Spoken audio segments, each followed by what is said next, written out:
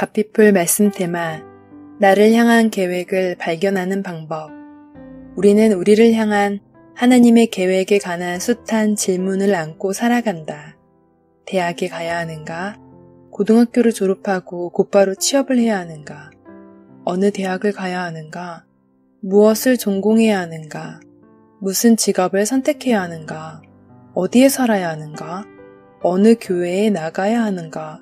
누구와 결혼해야 하는가? 때로 하나님의 음성을 들으려고 너무나 필사적인 나머지 그분을 믿고 인내하며 기다리는 대신 스스로 애쓰다 더없이 혼란스러운 상태에 빠진다. 그러나 우리의 숱한 질문 중에 늘 기억하고 대답해야 할 질문이 하나 있다. 하나님께 당신의 삶을 위한 계획이 있는가? 물론 있다. 시편 기자는 나를 위하여 정한 날이 하루도 되기 전에 주의 책에 다 기록이 되었나이다. 시편 139편 16절 이렇게 말한다. 하나님이 당신을 어떤 사람이 되도록 계획하셨는지, 당신을 향한 그분의 계획이 무엇인지 실제로 알 수 있는가? 나는 알 수 있다고 믿는다. 그러나 우리가 하나님의 음성을 듣기 적합한 자리에 있지 못할 때가 많다. 그분이 말씀하시지 않아서가 아니다.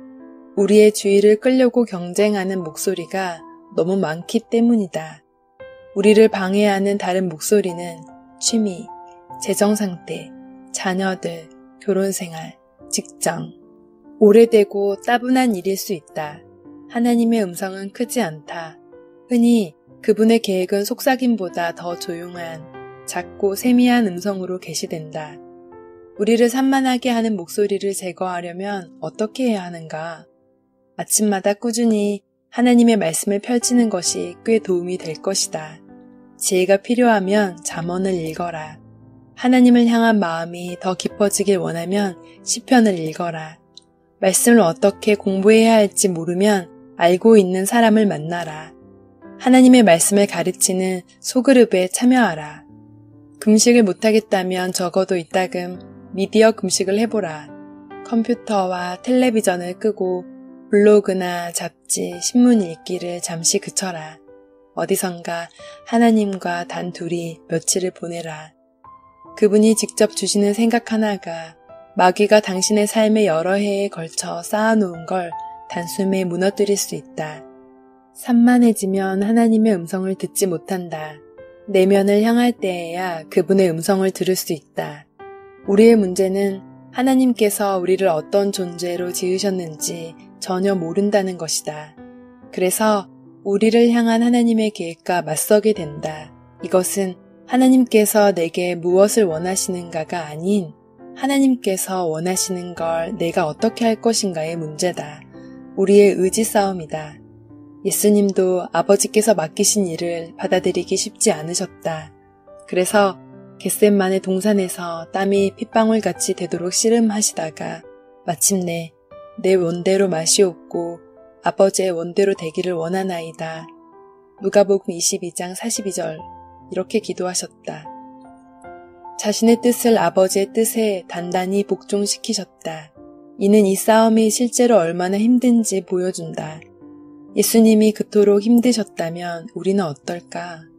많은 사람이 하나님, 이게 제 계획이에요. 축복해주세요. 라고 말한다. 우리는 실제로 내 뜻이 아니라 당신의 뜻을 이루소서 라고 기도하는 대신에 당신의 뜻이 아니라 내 뜻을 이루소서 라고 기도한다. 그리고 우리의 바람을 점점 크게 되풀이하면 그분이 결국 들어주실 거라고 생각한다. 그러나 하나님이 당신을 누구로 만드셨는지와 당신을 향한 그분의 계획을 받아들일 때 그분에게 내 뜻이 아니라 당신의 뜻이 이루어지이다 라고 말할 수 있을 때 당신은 전혀 새로운 수준의 평안과 만족을 발견할 것이다. 시편 37편 4절은 또 여호와를 기뻐하라. 그가 내 마음의 소원을 내게 이루어 주시리로다 라고 말한다. 이 말씀은 하나님이 실제로 당신 속에 소원을 심으신다는 뜻이다. 당신이 하나님과 사랑에 빠지고 그분을 기뻐하면 당신이 하고 싶은 일을 하게 된다. 전에 당신은 그 일은 절대 안 할 거야. 나는 절대 그렇게 되지 않을 거야. 라고 말했을지 모른다. 그러나 어느 순간 그 일이 하고 싶어진다. 하나님과 함께 시간을 보내라. 그러면 그분의 소원이 당신의 소원이 된다.